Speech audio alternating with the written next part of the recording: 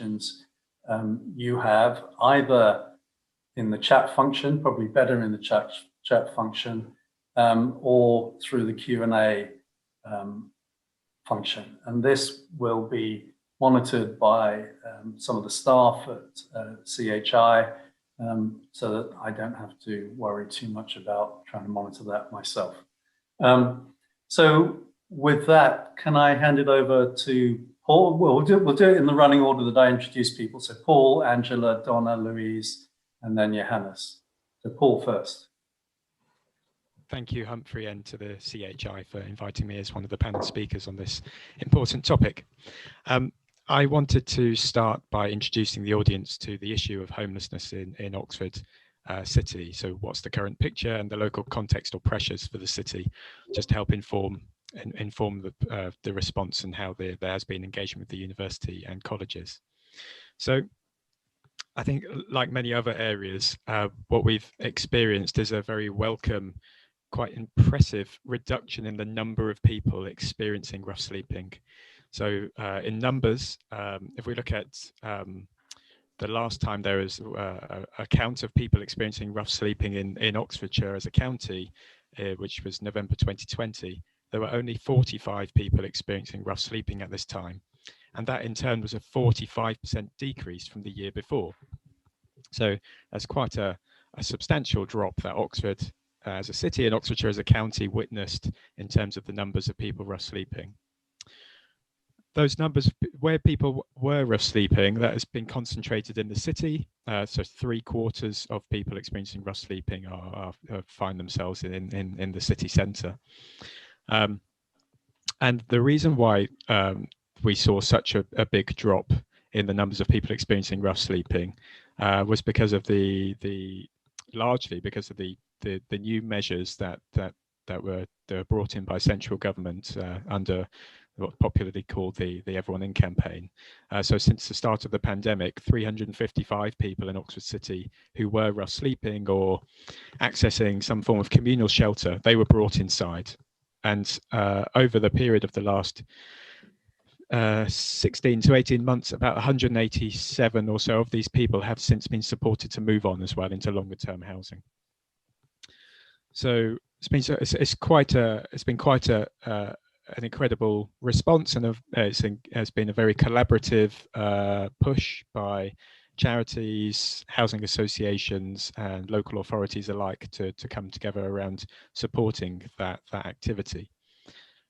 There is, of course, nervousness now around the end of Everyone In and how to support people who are still in short-term accommodation in hotel settings, particularly there's about 25 people who are classified as no recourse to public funds, and perhaps the hardest group of people to help in these circumstances. Couple that with the end of the eviction ban this month and the currently planned end of furlough in September. With these protections being lifted, we're worried that will now drive up the numbers of people experiencing homelessness again in a city that has an unusually high proportion of people living in the private rented sector and very reliant on jobs in hospitality and retail sectors. So I think we are in for quite a fragile and fluid 6 months or so. I wanted to share a few reflections briefly on some of the innovations I think that this acute housing pressure has nevertheless contributed to in Oxford. So one thing I wanted to flag was the very welcome collaboration through what's known as the Oxfordshire Homeless Movement, and that brings together actors from very, very diverse backgrounds and ranges, but around a common effort to reduce rough sleeping in the city, and that includes extending the engagement beyond and outside of the traditional sector to include actors such as the university and colleges.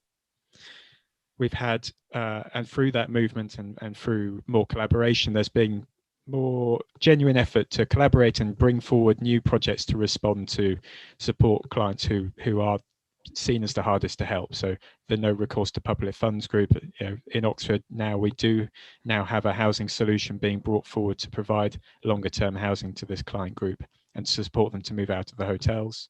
We have piloted over a number of years a homelessness prevention service, which is trying to focus rightly on more of an upstream response to homelessness and catch people at the very first signs of homelessness. We've had a very positive experience of meanwhile use of empty residential property in Oxford City during the pandemic, where my charity Aspire refurbished and brought back online 3 empty townhouses through which we were able to accommodate 30 people, taking them out of the hotel settings into this more intensive supported accommodation that very much feels like a home rather than housing, and to give people that stability and the support and the dignity to help them sustain their progress and leave homelessness behind. And I'd very much love to see that replicated further. That only happens because of the relationships cultivated with a university college that had the opportunity and chose to use its property in that way. And we would love to see more of that happening, and hopefully this very positive project will lead to more replication of that kind of work. And there's also been constructive pressure around how do you introduce a fairer, more effective lettings service in the private rental sector that works for people who are experiencing low incomes, and that is more empathetic and responsive to what people need from private rental homes. So we've been undertaking a lot of feasibility work into that, and we will be bringing forward a pilot letting service in the summer into Oxford City. So, and I think, whether I like it or not, I think the acute housing pressure has been quite an important dynamic to encourage some of these innovations and pilot activities. I think I'll end my piece just by saying a little bit more on what I think could be done, particularly engaging with the university and colleges. So as I mentioned before, I think there is definitely scope around replicating and expanding use of empty property and assets for meanwhile social impact. The university and colleges, one would hope could be supported and enabled to deploy their wealth to invest in longer term solutions that can benefit the city as well, and take steps to make sure they are recruiting locally and responsibly and paying the living wage or higher, so that there's a contribution to acknowledge that helps to prevent homelessness, and that where they can, that they're procuring their services through their supply chains from social and community enterprises that are also contributing to reducing and preventing homelessness in the city. All right, I'll leave it there unless you want to pose any further questions, Humphrey. Well, I'm just looking at the chat function, and there is a question that has popped up, and we might as well take it now so that we don't get a sort of, otherwise we might forget it. And Freya is asking, could we please hear more about what the Oxford College that Paul Roberts just mentioned has been doing to pioneer longer term housing solutions? I think actually it's more what you're doing rather than what the college is doing. But yeah, I mean, to clarify that the college, which is Nuffield College, what they have done in terms of innovation is work with us on this project of using their properties for meanwhile use for what would otherwise be empty residential properties in the centre of Oxford, which I think increasingly is an unacceptable situation to have empty residential properties in the city experiencing such acute housing needs. So, I think that was very welcome, and that came in part from Nuffield's Centre for Social, I think it's Centre for Social Innovation, CESI, conducting a report on homelessness in Oxford City, and the college feeling that they should be and could be doing more. Okay, well, there is another question that's come in, but let's leave it there for the moment and move on to Angela, please.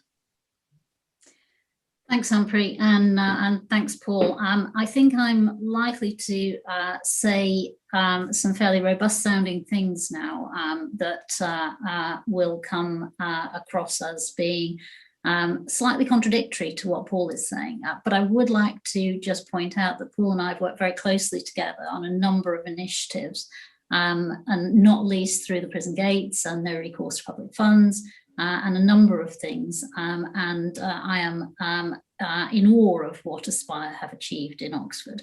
But I think to have a robust conversation about what the art of the possible is probably useful. and I'm a fairly robust individual, having spent 20 years in the military. So if I get a robust response in the questions, I'm very happy to get into a better debate on these whole issues. I mean, just as a way of background, I first met Paul when we joined the City Conversation in 2018, and I have sat on the Oxfordshire Homeless Movement steering group since then. I represent colleges. There is university representation. We must bear in mind that the colleges and the university are separate legal entities. All of the colleges are indeed themselves separate legal entities. So this is a bit like herding cats, and it is going to be a very difficult thing to do, to look at a collective response from the university and the colleges to this particular issue. Not impossible, but it is going to be a long time coming. And it is going to be a lot of hard work to make it a reality. None of us are afraid of that. So it's just to set the context, really. So in the past year, maybe even more, the colleges have done certain things that I think we can be proud of. I think that we need to be aware of resting on our laurels as a result of some of these things that have been done. My own college did offer crisis accommodation back in March 2020. We've talked about Nuffield offering buildings to aspire to take people out of the hotel situation. I mean, Nuffield is a particular case. It is a particular kind of college. It's a graduate college, and it has an ethos of its own, as all the colleges do. Bear in mind there are another 44 separate colleges and permanent private halls, some of whom will be doing things around the edges, some of whom will not. One college has throughout the crisis offered, I think, upwards of 80,000 meals over the whole crisis to the local authority. That's Pembroke College, and they should be applauded for doing that. And one or two of them, UNIV it has, and I think Merton College have adopted the Oxfordshire Homeless Movement as a 5-year charitable giving recipient, and that's something that we could encourage more of. But colleges come in different shapes and sizes, and they come in different magnitudes of wealth, something else that we need to just bear in mind. So in the last year, notwithstanding those issues that we've just discussed, or those contributions that we've discussed, all of the efforts of the colleges and the university have gone into crisis management. And you can imagine what that has been when you've got about 45,000 students from all over the world, all of whom need supporting through this whole process.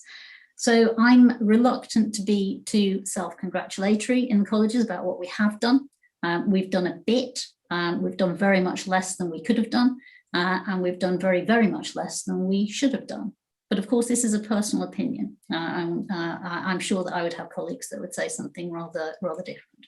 And we have taken our eye off what the ongoing, deep-seated social issues, social welfare issues that present to us every day in the town.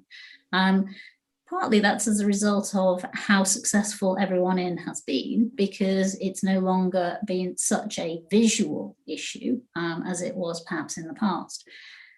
Personally, I think the future is much more interesting than the past, having concentrated on it for the last few minutes, but I really would like us to start thinking about where we can really engage with the university and with the colleges moving forward, and how we can do it on their terms, because they're not about to do it on your terms. That's the robust bit. So we'll come back to that. I think the charitable sector has concentrated on things like empty buildings and financial donations, and that has worked out really well in the case of Nuffield. But as we've said before, Nuffield is a particular case. I don't think that that is as replicable as Paul thinks it is. In theory, it is. In practice, I think that that's going to be a tricky one to pull off. And I don't think it's where the big gains lie within the collegiate university. I think there are bigger prizes. If we are going to realise those bigger prizes, then we really do need to make sure that we are acting as a collective. So something to bear in mind, colleges are all independent charities in their own rights, and therefore they are having to apply all of the same rules that the Charity Commission put onto all charities.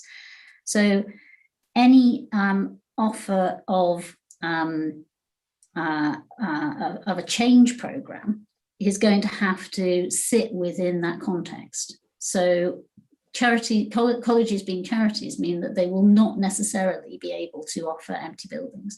They will not necessarily be able to offer donations. They won't necessarily be able to offer anything because their remit is to support their own charitable aims.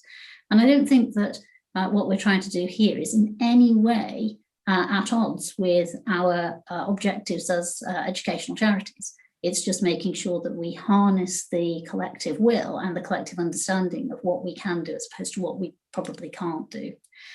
So I think we need a new game, one where there are tangible benefits for everyone. And that's what I mean about playing this game according to what the university and the colleges will understand as being a mutual benefit for them. And I make no apology really for recommending that the sector in front of me today gets savvy where the university is concerned and starts talking to them on those grounds. So where we are going with my own connections with Paul and with OHM is in trying to identify a product that will capture the attention of the colleges and will capture the attention of the university and get them investing particularly financially, but get them investing socially and operationally and through the whole of the student body, through research. So one of the things that Paul and I have spoken about, and Yvonne Pinner, who I think is on the call, have spoken about, is really about getting the third sector in this area of interest to stop acting independently with the colleges and stop acting independently with the university. We've seen a really good response from a collective effort all the way through the whole crisis of the pandemic.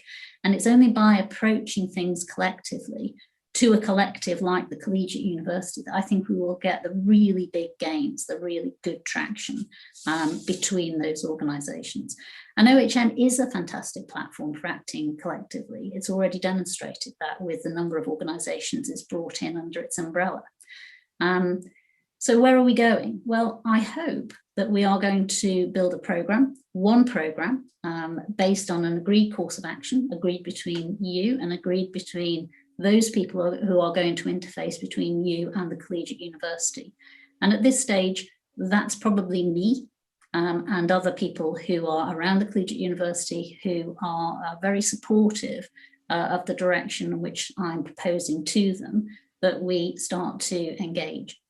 But this has got to be part of a national and a local framework because the university will just say effectively, well, where are we going with this? We can't make the difference that you are suggesting outside of a national and a local authority framework. So that's something that I think we need to make sure that we articulate to the Oxford colleges, because I think the solutions that the sector sees are not the solutions that the colleges and the university see. And we've got to see it within that framework. So we have an in with the colleges. I am just about to take over as the chair of the Domestic Versus Committee. So I will be sitting on a lot of university and collegiate committees. I will be speaking to the people who have the ability to agree to these programs for change. And these are the estates bursars, the finance bursars, the heads of houses, the people who will report back through their governing bodies that these are really credible initiatives, that this program that we're building is credible and that they should be part of. And this isn't going to be easy because we're right at the beginning of being able to grow those initiatives and to report through Conference of College to the individual governing bodies. Because of course, governing body in a college is king, they're sovereign. There are no executive powers within a college.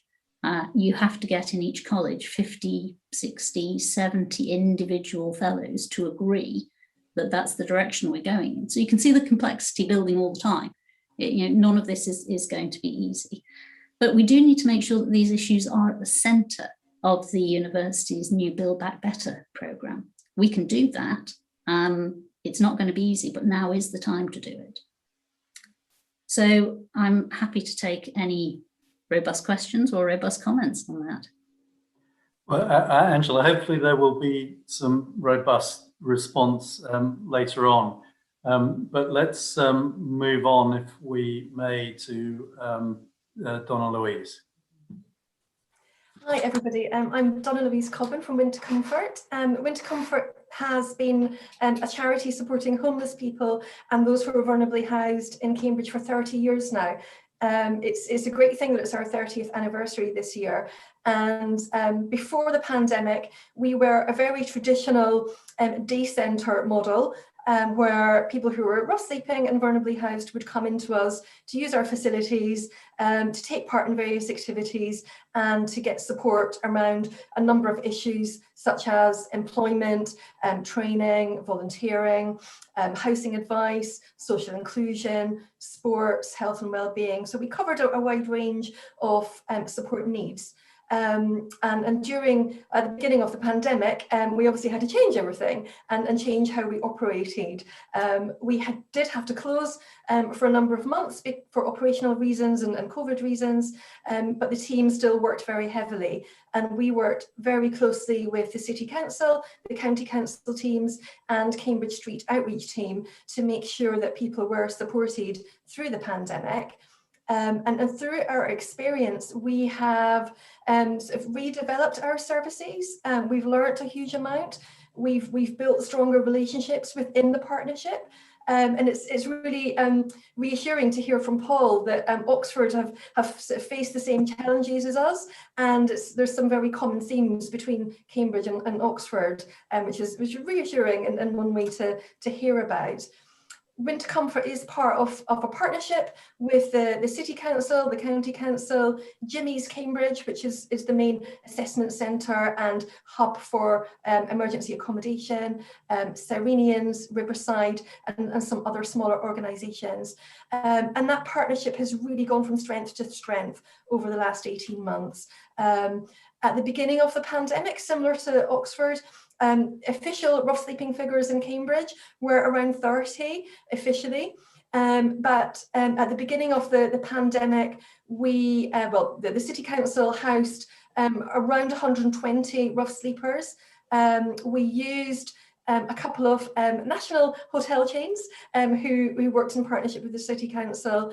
And as I say, there was 120 at the very height of the pandemic in the beginning were housed in that way. And my team and the Street Outreach team and the City Council's team and some voluntary groups provided that ongoing support to those people in the accommodation.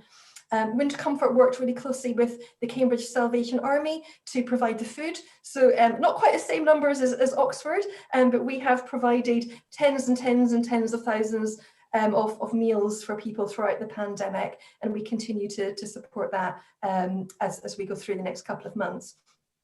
But one thing that we sort of, as I say, we've learned lots of lessons. The big lesson is about the housing and how people have moved on.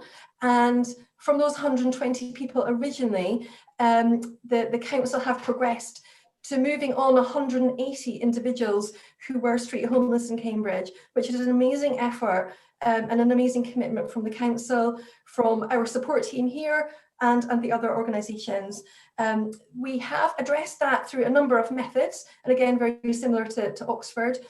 In Cambridge, we have launched the Housing First model through the Cambridge County Council, and so now we have rough sleepers going through the Housing First model on a number of different individual properties. We have, through Jimmy's Cambridge, launched the modular homes in Cambridge, and I would really encourage everybody to look at those and look at that model of support. And my team at Winter Comfort are working very closely with Jimmy's Cambridge to make sure that wraparound support is being provided to people moving into the modular homes. And we have another cohort ready to move into Jimmy's modular homes shortly. So that has been a great success, because the whole partnership has realised that people need individual housing, not the hostel model. And I think, again, the partnership have learned that lesson, that hostels don't always work. And as we're dealing with grown adults, you and I wouldn't maybe wouldn't want to live in a hostel accommodation, we need to provide alternative accommodation. So that has been a huge success for the city. The City Council are also heavily supporting people to move into the private rental market. And we have a housing advisor who specialises in that as well. And there's a team at the council who do support people to move into the private rental market. And again, it's about making sure that people have that ongoing wraparound support as they're moving into the private rental market, which has been really important to us, and we've been able to address those support needs. The council have done an amazing job at making the private rental market more accessible for people by providing things like grants for deposits and several months of rent up front, and they've looked at that differently and looked at how they can make that more accessible. And so that new plan is in place now, which has really benefited from people. In Cambridge, we obviously do still have Ginny's Cambridge, which is one of the big providers. And we also have, as I say, Serenians in Riverside. They are still ongoing. They're still accepting people into move-on houses and traditional hostels, and that will sort of still continue. We have been supporting a lot of people in Cambridge to reconnect either back to their original family areas in England or indeed abroad. And again, it's interesting to hear what's happening in Oxford with the no recourse to public funds cohort. We are doing a lot of work with Winter Comfort and the Street Outreach team and the City Council to reconnect people in this country and abroad. And at one point, I think we did have over 60 no recourse to public funds people, and a big chunk of those people have successfully moved on. Which has been great. And I think one of the main other lessons that we've learned is that people need a lot of support. We provide advice, guidance, and emotional support and practical support. We do a lot of one-to-one support. We have a counsellor, we have support staff who have massively increased their capacity for one-to-one support.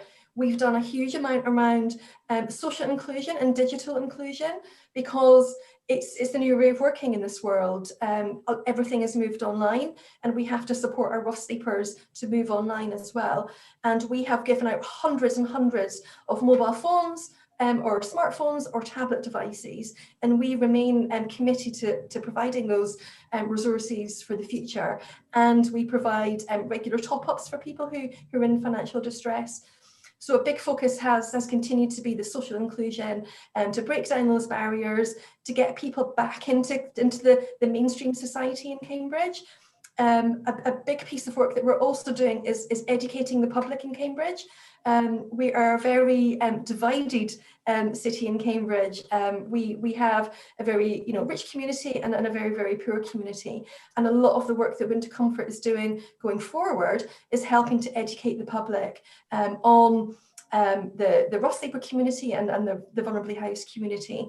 And that's an ongoing commitment. And again, we've learned lots of lessons throughout the last year, which we're putting into practice. So one of the reasons that a lot of people come to Cambridge is because it's a well-known city. It does have a lot of support services generally, and it does attract a lot of people in the rough sleeper community to Cambridge. But at the same time, it has lots of issues because there is a transient population because of we have Anglia Ruskin University and Cambridge University. So there's a big transient population there. And we have obviously a massive student population that take up accommodation in the city centre, which has been an issue over the years for anybody looking to get into the private rental sector. So as I say, we've learned lots of lessons. We're moving forward. We are working very closely with the City Council and the County Council and the partners on a new Streets to Home model. And the City Council are issuing a tender shortly, and we are working with the partners in our group to continue to remodel our services in the Streets to Home model to enable more people to move through the system. At the moment, we're already adapting our systems as a partnership and making processes more accessible for our rough sleeper community to go through that pathway. So yeah, lots of changes coming up in Cambridge, and lots of really positive lessons learned. Thank you, Donna Louise. That's really excellent, really interesting. I do want to ask a couple of questions before coming on to Johannes. Actually, one of them is targeted a little bit at Paul, because there have been a couple of questions come up in the chat about, Paul, what you have actually been doing with the people with no recourse to public funds. So a bit more, if you could elaborate on that a little bit. And before answering it, let me just pose a question for, I think it's for Donna Louise, but it could be for anybody that has the answers. I mean, you referred several times, Donna Louise, to people moving on. You said 180, I think, people had moved on. And this is a particular interest of mine, is do you know what happens to those people when they have, quote, moved on? So if you look at them a year later or something, what is their life story? How does it evolve? Sort of slightly coupled with this, slightly connected, I think, is everybody's focus sort of gravitates towards rough sleepers, and the whole kind of everyone in is actually about rough sleepers. It's not about homelessness per se. Homelessness is a much bigger issue, and that's why I'm interested in the moved on. But where I wanted to couple this with is, you said, Donna Louise, that lots of people are attracted to Cambridge because there is shelter and focus and so forth. So does that imply then that the number of rough sleepers in Cambridge, and I think the same would apply in Oxford and probably many other places, is actually much higher than the ratio of rough sleepers to homeless is higher in Oxford and Cambridge, because rough sleepers from, all around, maybe the entire nation, or maybe even international, to the extent we're talking about people without recourse to public funds, are attracted to these centres. How does that affect how we should think about it? But perhaps we could start with Paul on the recourse to public funds, and then Donna Louise. I've given you a whole kind of raft of questions. Yeah, that's fine. I can answer all of them.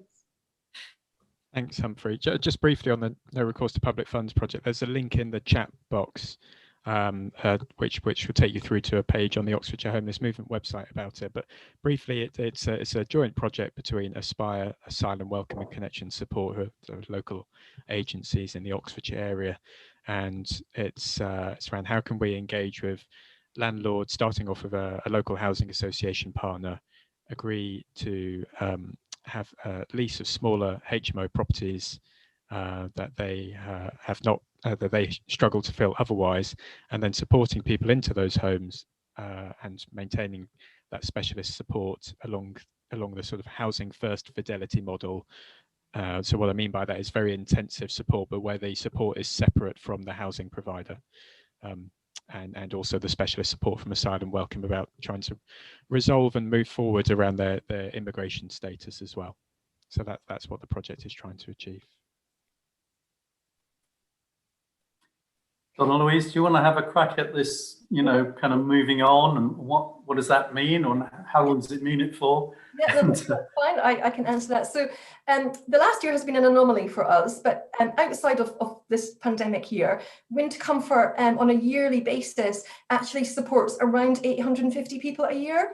And that is cut between traditional rough sleepers, people who are vulnerably housed, so like sofa surfers, people who are staying on friends' floors, people who are vulnerably housed, for example, in ongoing temporary council accommodation, or ongoing maybe like temporary private rental accommodation, and the supported accommodation via the likes of Serenians, Riverside and Jimmy's. So we have a large number of service users that we do support long term, and the 180 people who've been moved on, we are still supporting them.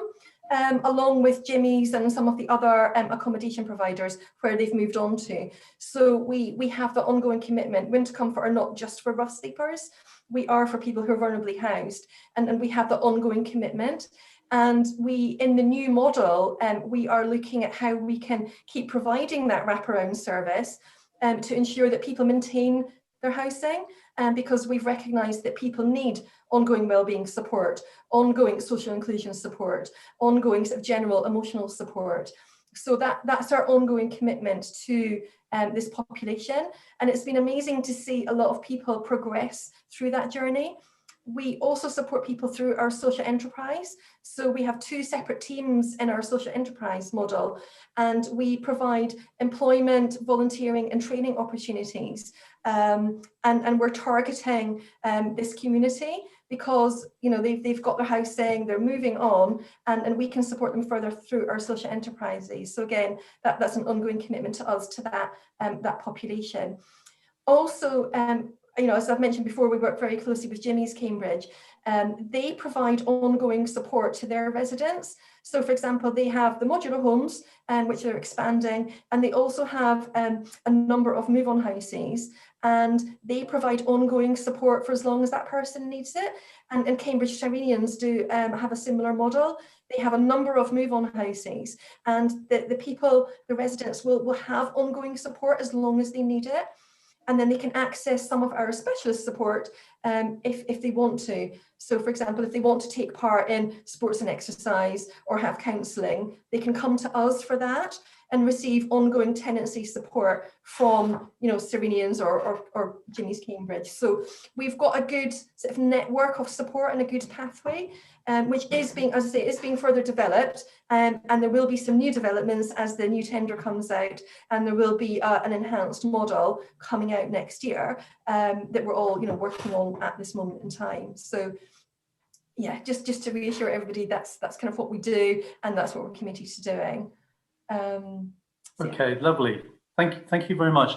Let's bring Johannes into into the debate now. So Johannes, perhaps you could start off by telling us a little bit about what you are doing, and then any further observations on the situation in Cambridge. Yeah, absolutely. Thank you so much for the invite and for putting this together. I wanted to say 2 things before saying anything about what I do and some of the observations, which is the panel is officially looking at university towns. What we're really looking at is Oxford and Cambridge. There, I think, is quite a big difference between even a place like Durham or Warwick and Oxford and Cambridge, possibly similar in size, but the setup of the university is often quite different. And also the wealth in the wider context makes a massive difference. Also, Johannes, I was going to come on to that, and so I'm pleased you've raised it. So yeah. You know, that is a question. I'll ask the question now. Is you know, what is the difference then between Oxford and Cambridge and other university towns, Durham, Warwick, whatever other example, or maybe you know, we don't know, or perhaps we do know. I don't know. What do you think? I mean, I would love to put this question to the whole panel in a second, but I think there's fundamental differences between, say, Oxbridge, for the reasons of students coming in, who they are, what they do, how involved they are, and the amount of money that they're bringing in. Yes, I absolutely agree with Donna Louise that they're pushing the quote-unquote towns, or the residents that are actually the people that live in Oxford and Cambridge out, but they also bring enormous amounts of wealth into these towns. And obviously the universities themselves, including the college structures as such, are again enormously wealthy and influential, not just wealthy in terms of money, but also in terms of how much power they can exert on land, but also on the local governments, quite differently so than in other places. And the second thing that I wanted to say before I go into some observations, implicitly in both of the observations that have been shared about Oxford and Cambridge, what I want people to note is that the numbers that were reported, say in 2018, 17, 19, versus what we then actually saw as people being, how many people were experiencing rough sleeping last year, make us quite aware of the fact that our research methods and counting is completely out of date and doesn't work, right? The official number for Cambridge is somewhere between 30 and 40 and has been reasonably stable, going up and down a little bit for years. While actually, Donna Louise, you know these numbers better, but what we've seen is closer to 100 and somewhere between 120 and 180 people in the last year, right? So that's a magnitude 6 times that we're off. And yes, there were some people who were particularly pushed out because of the pandemic of institutional setups such as prisons and care homes. But still, there's a massive problem here, which for me says we need more research and we need to adopt different methods, because what we're really doing is lying to ourselves when it comes to judging just how big the problem is. But this just as a framing of the whole conversation, before making 3 observations about Cambridge in particular. Where does this come from? So I've been doing research with people experiencing homelessness for a decade. Very little of it actually in Cambridge. That has really just happened over the last 18 months. I'm an anthropologist, or I'm an economist and sociologist and anthropologist, which really makes a difference in terms of method, because what I normally do is what is called field work. So I volunteer in organizations like Winter Comfort, where in and of itself I haven't volunteered, but organizations like that, and spend time as much as possible on the street with the people, spending whole days with people experiencing rough sleeping over years. So I spent 2 years in Paris doing that, doing nothing else but trying to understand the world as much as possible through people's eyes, going through different institutions from needle exchanges to day centers. I spent 3 months in a homeless shelter, living there myself as a volunteer. And that's the kind of research I've been doing first in London between 2011 and 14, then in Paris for 2 years full time, and recently for about 18 months in Cambridge. And what I want to stress today is 3 observations, particularly during the time of the pandemic, most of them quite encouraging, some of them also pointing towards gaps in the system. Let me begin with one that is particularly focused on research I've done during the first lockdown. So when everyone was all over the place, Donna Louise said Winter Comfort was closed. That was the case for most institutional setups, service providers in Cambridge at the time. So we're talking March to, depends a little bit on what we're looking at in terms of service provision, but March to May or so. In general, I think it was surprising to see and very, very encouraging to see that the response was incredible, partly because it was suddenly all funded by the central government. Many, many more people were housed than we even thought we had capacity to house. And the support was also provided as much as possible, at least when, and that's the first caveat I want to make, you're not in need of more complex needs support. So what we also saw during that first lockdown is that the model that is reasonably split up between service providers all specializing on different things. So we have a service provider who does housing and kind of move-on support. We have a service provider who does mental health support, very little actually. And we have another service provider who helps you with your addiction. That is very complicated to manage under normal circumstances and was impossible to keep up under lockdown restrictions. So the people that actually fell through the net, including were expelled from housing, were people that had the most complex needs. So we're talking people that are either still injecting drugs or are on certain types of scripts, or are struggling with mental health and drug use. So what we often call people with complex needs. And that's really unfortunate, because these are the people we should really be protecting the most to a certain extent. But the structure as such is not necessarily set up because it's quite atomized to provide comprehensive support. So that was the first observation I wanted to share. Again, very specific during the first lockdown and when everything was the most confused. And the 2 other ones are about innovations that have been specifically tested in Cambridge over the last 18 months or so. Donna Louise already mentioned the modular homes. I was part of a group of researchers who accompanied that project from the very beginning, even before they were set up, to now. We're in the last phase of publishing our final report on the original, and this is really the first set in the whole of the UK, from what I understand, modular homes that were not in any way related to the council, which is also an interesting point here. They were funded by a social finance institution, charitable donations ultimately. And Jimmy has been providing the support from the beginning, and that they stand on church land. Paul asked that question earlier. temporarily at the moment. But all over, they're an insane success. It's, again, very surprising to a certain extent, and very positively so, that people love them, right? And I think the bottom line should be, once they are legal, which they are, and we have gone around certain barriers in terms of planning permissions because they are temporary, that's how it works, really. We should really listen as much as possible to both the people providing support. So we've worked very, very closely in order to understand how the support is provided. And again, according to Donna Louise, there's a lot of support needed. And I'll end with that in a second as well. But then most importantly, to the people that moved in. And without questions, it's an insane opportunity for people because it's their own front door. So they're very independent. While they are in a very small community, they have basically 24-hour support on call. And it really gives them a sense of home that hostels generally, particularly shared accommodation of any kind, doesn't provide. It doesn't feel like temporary move through housing, right? It's really a longer term housing, at least in terms of the feeling. So partly, I think this was established because the network in Cambridge is strong, right? There is more wealth in the system. There's more opportunities to innovate and experiment.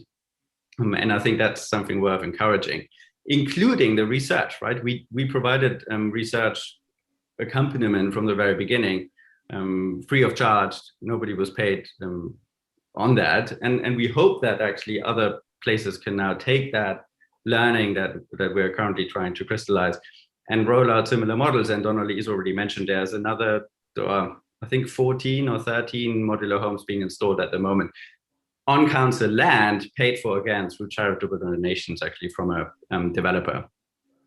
So very interesting innovation one here. And the second one that we've tried out only very recently, and I think we're going to go into another round, talking to people like Winter Comfort, is using telemedicine.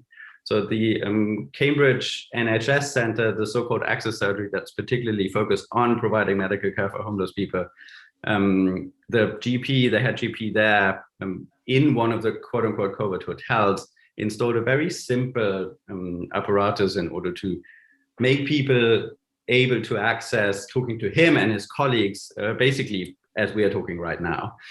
And the case numbers, the amount of people that used it was quite small, but we definitely saw big advantages of being able to just make it possible for people to very easily, without leaving the house, without having to stick to too many complicated appointments and procedures, access a GP. It obviously comes with limitations, but we are definitely seeing, as again, Donna Louise mentioned, there's an opportunity here in the future, which comes with certain dangers, which we might want to talk about in one way or the other, for people to facilitate access to healthcare, at least to a certain type of healthcare. And that includes, by the way, mental health support.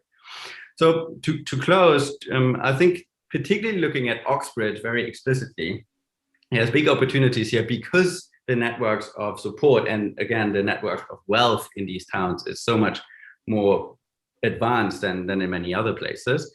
But that comes with a certain responsibility. And what I've been seeing is that certain players, including a lot of private individuals, people that make these big charitable donations, are already stepping up, while others, and Angela mentioned some of this, including some of the colleges, not all of them, and certainly to a certain extent, the university, haven't quite. So there's an initiative in Cambridge, which I want to end with, called It Takes a City, which sounds similar to what you're working on in Oxford as well, which tries to bring all of these people in one room. Whether that's successful will be shown over the next years, but I think that there's room for improvement overall for all of us working together in this direction. That's fantastic, Johannes. Thank you very much. You did, however, dodge my question, which was what are the lessons for people outside of Oxbridge, if you like, and so you suggested we put that to the panel, so let's try and do that. And it's a difficult question, but I'm pretty sure, Angela, that you are a big proponent of the notion that a university, and this would be any university, doesn't exist separately from the environment that it is sitting in. And, you know, it is part of the community and to some extent has a duty to the community.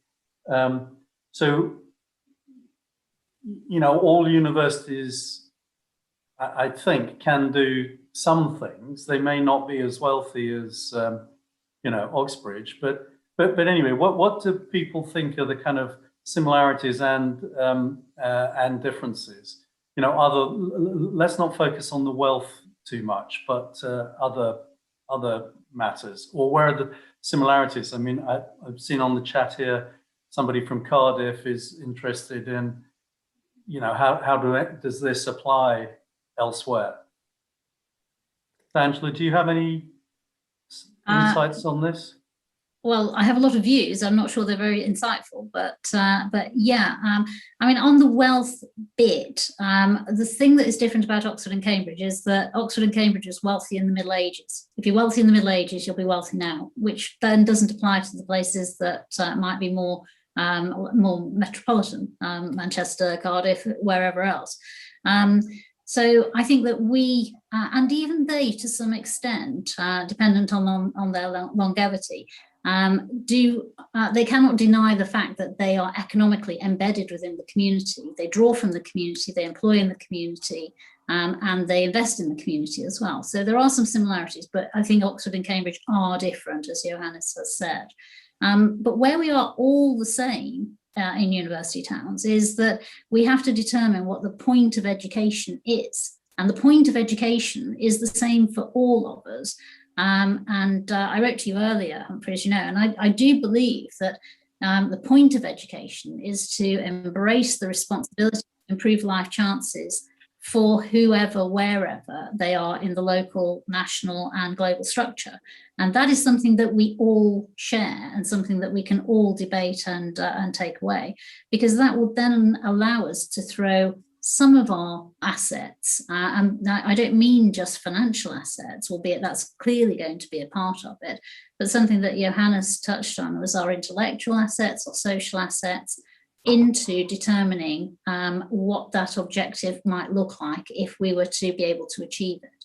So that we do have that, that same fertilization through research, but also through our place within the economy of a city, no matter how big or small that academic institution is. We all have the same point. And I think that is something that we can hang our hats on.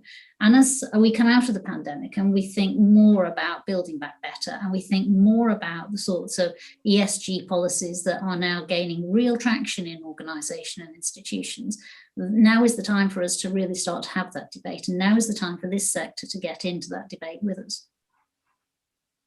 I'm very conscious that we're coming up towards our deadline here. I mean, there are actually loads of questions that have come up, and I think we could continue this for a long time. And that, I think, is you know, due to the really good points that each of you have made. It seems to me that one of the themes that has come out, particularly I think from Johannes, but from the others too, is that there's a lot of work to do and people don't know. I mean, there's a lot of sort of trial and error, and there's a lot of learning from what other people are doing. And so, you know, modular homes has had a lot of chat come up here. It's, you know, it's hugely interesting. I think we're going to run out of time to go further with it, but Johannes and Donna Louise, you know, you need to publish stuff on how that works, so that other people, other councils, other universities, other whatever philanthropists can. No, definitely, I would encourage anyone who's more interested in the modular home to reach out to Mark Allen. He's the CEO of Jimmy's Cambridge. I would really encourage everybody to reach out to him, you know, to discuss the model further. It's, you know, it is in its infancy, but you know, he will be able to talk further. Just to finish on the topic of the universities, we again have learned our lessons around building relationships with Cambridge University and Anglia Ruskin as well, and here in Cambridge. And our chair of trustees and a couple of other trustees on our board work at the university, and we obviously have links through Johannes and other colleagues in the partnership, and we have learned that we need to build those relationships just as much as the accommodation providers and the council, and we're working with various student groups across both universities to help us with our communication and campaigning. And we're also looking at how we can expand our reach in the city centre with university spaces, and how we can expand Winter Comfort with the university's help. So we've definitely learned our lessons there as well, but it's about relationship building for us. Thank you, Donna Louise. Look, I'm going to bring it to a close here. I'd like to finish with two things. One is to thank you all, the panelists, for really interesting conversation. And I see Paul has said he's happy to continue the conversation offline, as it were, or probably online, but a different line. And lastly, to remind all the attendees that there is another session today from the Centre for Homelessness Impact at 1 o'clock.